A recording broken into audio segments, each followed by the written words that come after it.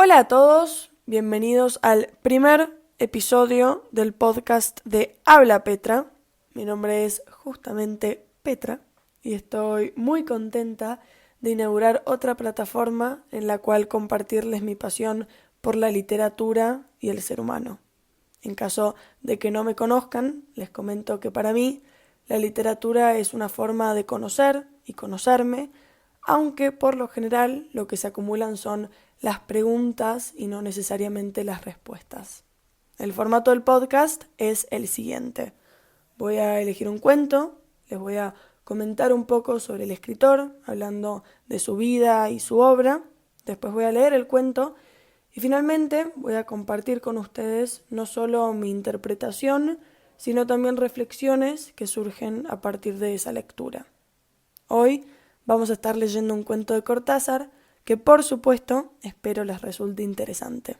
Julio Florencio Cortázar nació en Bruselas, capital de Bélgica, porque allí trabajaba su padre en la embajada argentina.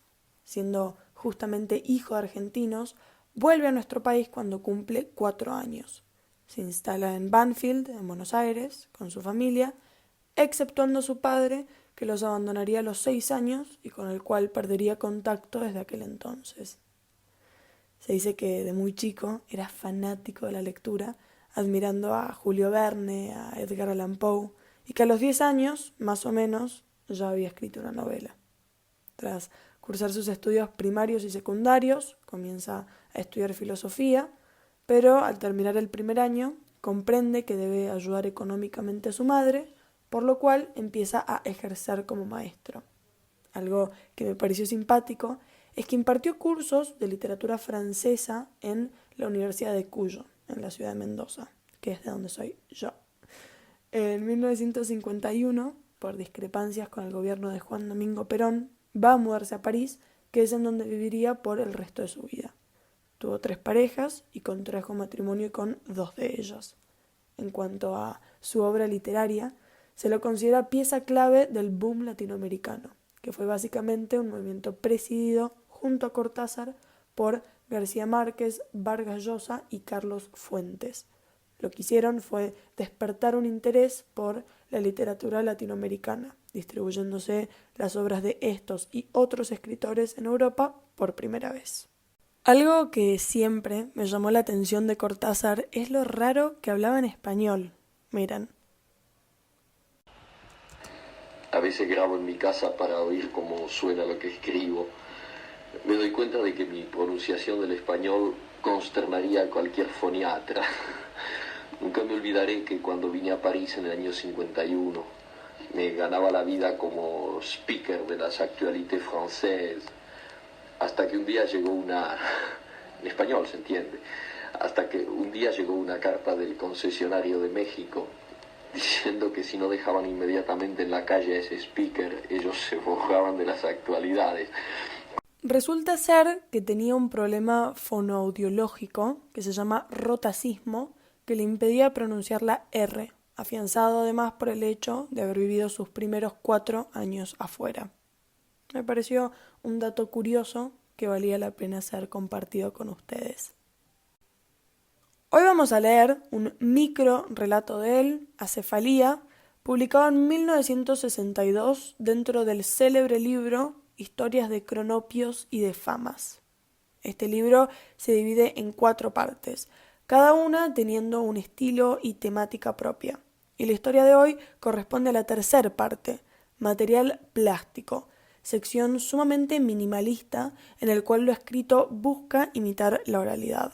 Presten atención a cómo este cuento casi pareciera que se está improvisando, contándose cual anécdota en una mesa familiar. Dice así. Acefalía. A un señor le cortaron la cabeza, pero como después estalló una huelga y no pudieron enterrarlo, este señor tuvo que seguir viviendo sin cabeza y arreglárselas bien o mal. Enseguida notó que 4 de los 5 sentidos se le habían ido con la cabeza. Dotado solamente de tacto, pero lleno de buena voluntad, el señor se sentó en un banco de la Plaza Lavalle y tocaba las hojas de los árboles, una por una, tratando de distinguirlas y nombrarlas. Así, al cabo de varios días, pudo tener la certeza de que había juntado sobre sus rodillas una hoja de eucalipto, una de plátano, uno de magnolia foscata y una piedrita verde. Cuando el señor advirtió que esto último era una piedra verde, pasó un par de días muy perplejo. Piedra era correcto y posible, pero no verde. Para probar, imaginó que la piedra era roja, y en el mismo momento sintió como una profunda repulsión, un rechazo de esa mentira flagrante, de una piedra roja absolutamente falsa, ya que la piedra era por completo verde y en forma de disco, muy dulce al tacto. Cuando se dio cuenta de que además la piedra era dulce, el señor pasó cierto tiempo atacado de gran sorpresa. Después optó por la alegría, lo que siempre es preferible, pues se veía que, a semejanza de ciertos insectos que regeneran sus partes cortadas, era capaz de sentir diversamente. Estimulado por el hecho, abandonó el banco de la plaza y bajó por la calle Libertad hasta la avenida de Mayo, donde, como es sabido, proliferan las frituras originadas en los restaurantes españoles. Enterado de ese detalle que le restituía un nuevo sentido, el señor se encaminó vagamente hacia el este o hacia el oeste, pues de eso no estaba seguro, y anduvo infatigable, esperando de un momento a otro oír alguna cosa, ya que el oído era lo único que le faltaba. En efecto, veía un cielo pálido como de amanecer, tocaba sus propias manos con dedos húmedos y uñas que se hincaban en la piel, olía como a sudor y en la boca tenía gusto a metal y a coñac. Solo le faltaba oír, y justamente entonces oyó, y fue como un recuerdo, porque lo que oía era otra vez las palabras del capellán de la cárcel, palabras de consuelo y esperanza muy hermosas en sí, lástima que con cierto aire de usadas, de dichas muchas veces, de gastadas a fuerzas de sonar y sonar. Por supuesto, cuando leemos, cada uno le da su tinte personal a la interpretación de la historia. De hecho, hay una expresión que me gusta mucho, porque la considero muy cierta, que dice que hay tantos libros como lectores. En lo personal, creo que este cuento que hemos leído es sobre un hombre que es asesinado, pero como no se lo entierra, su espíritu no termina de abandonar esta tierra. Ese espíritu o cuerpo sin cabeza va regenerando su cuerpo poco a poco, volviendo a adquirir los sentidos. A medida que se nos va explicando qué sentidos recupera y qué puede sentir a su alrededor, nos damos cuenta de que no solo ha vuelto a la vida, volviendo a tener contacto con el mundo terrenal mediante la vista y el olfato, sino que también ha vuelto a la cárcel. Evidencia de esto podría ser el hecho de que siente un sabor metálico en la boca, lo cual podría ser sangre, y coñac, quizás sugiriendo que lo acaba de prender la policía, estando el borracho, y ha habido un intercambio violento. Al final escuchamos la voz del capellán diciendo las palabras sagradas que se dicen a todos los que están a punto de morir, como queriendo salvar su alma. Yo interpreto esto como una vuelta en el tiempo. El condenado repite los episodios últimos antes de su muerte, exigiendo esta vez que se le dé un entierro digno. Según mi parecer, la frase más importante de este relato es la primera oración.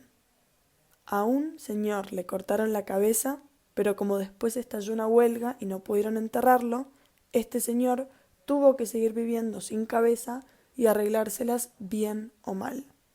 Desde un primer momento se nos dice que si bien se lo mató, este hombre no muere, justamente por el hecho de que no se lo entierra. Si bien es una historia de fantasía, creo que el mensaje de fondo coincide bastante con la realidad. Varía de cultura en cultura, pero la realidad es que no solemos dejar que los cuerpos se descompongan a la intemperie. Quizás sea una reflexión algo macabra, pero este cuento me dejó pensando en el porqué detrás de este impulso o necesidad de tratar con delicadeza y honores los restos de la persona que ha muerto. Es curioso que este sentimiento esté presente en todas las idiosincrasias, culturas, épocas y religiones. Si queremos ir bien atrás en el tiempo, recordaremos cómo el propio Ulises reclama los cuerpos de sus soldados caídos en la guerra de Troya, queriendo darles un entierro digno para que sus almas pudiesen pasar al más allá. Es muy loco cómo se mantiene esa línea entre la mitología griega y un cuento publicado en 1962, considerando ambos que al cuerpo se le debe celebrar un entierro para que pueda descansar en paz. En cierto sentido, es prueba de que está dentro de nuestra naturaleza el sentir que se debe tratar al cuerpo de un modo u otro para conmemorarlo, e inclusive asegurarlo al difunto una vida en el más allá, libre de sufrimientos y de dolor. Cortázar me animó a investigar un poco las diferentes manifestaciones que hay de este sentimiento que pareciera ser tienen todas las culturas en común, y la verdad es que es apasionante. Las tradiciones funerarias chinas, por ejemplo, prohíben el uso del color rojo a la hora de asistir a un funeral, porque el rojo simboliza la felicidad. Por el contrario, es aceptable usar el blanco, que es el color del llanto o el dolor.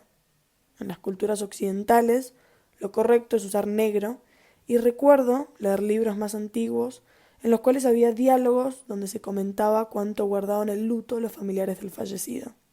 Hay libros de Montgomery en donde se habla con respeto de mujeres que habían vestido de negro durante 10 años en conmemoración a sus difuntos maridos, como si a ellos les impactase de una forma u otra el color de la vestimenta de sus mujeres. Hay muchísimos ejemplos de rituales funerarios que varían en cuanto a práctica, pero encierran la misma intención, que es la de conmemorar y honrar al difunto. Tiene mucho que ver con el concepto que se tiene del cuerpo. El islamismo, por ejemplo, considera a la persona como un conjunto de 4 elementos. El ego carnal, que vendrían a ser los instintos de la persona, el intelecto, que permite el razonamiento, el alma, que conecta con Alá, y el cuerpo, que es la materia que contiene los primeros 3 elementos.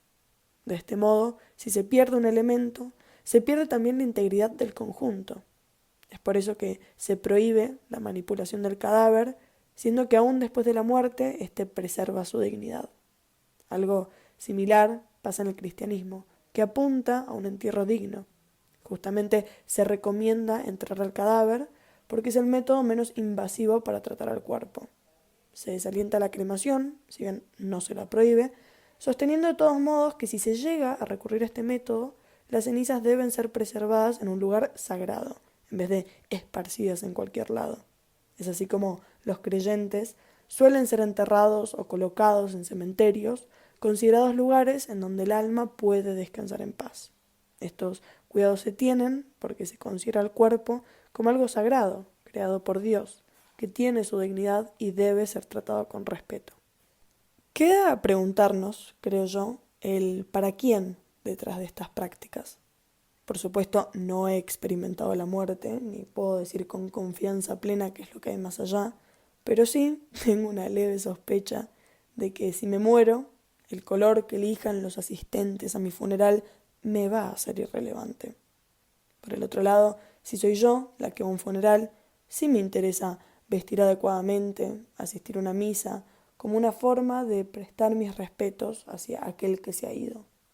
Leyendo un poco, me topé con una postura que creo tiene bastante sentido, que dice que los rituales funerarios son modos de asimilar la muerte para los que quedan en este mundo. No creo que haya persona alguna que no se haya planteado alguna vez qué hay después de que la vida terrenal termina, e inclusive están los que, como yo, encuentran que el hecho de que todos vamos a morir es sumamente angustiante. Creo que la tendencia es creer en una cierta forma de trascendencia.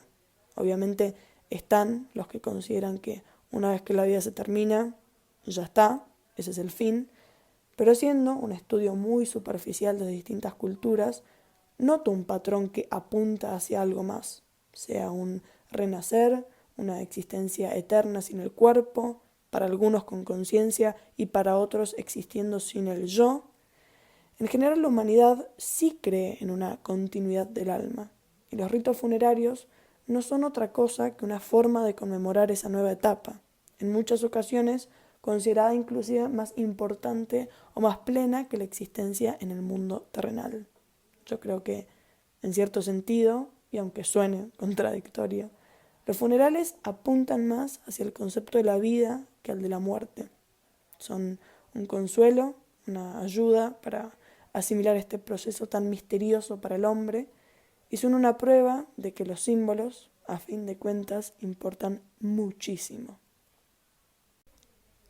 Bueno, esto ha sido todo por hoy. Por supuesto, a medida que vaya ganando más práctica y experiencia en la grabación de podcasts, voy a poder perfeccionar aquello que haga acá, pero espero que hayan disfrutado de este primer episodio tanto como yo disfruté grabarlo. Los animo a que usen la literatura como un medio para disparar planteos, cuestionamientos y reflexiones que trasciendan la historia de aquello que estén leyendo y también trasciendan quiénes son ustedes. Si les interesa continuar esta conversación, pueden contactarme en mi página de Instagram, @hablapetra. Me divierte la idea de conocerlos y tener contacto con ustedes, así que no duden en escribirme para sugerir cuentos, reflexionar un poco, intercambiar ideas y por supuesto contarme qué es lo que piensan de los funerales. Les mando muchas Petra vibes y nos vemos en el próximo episodio.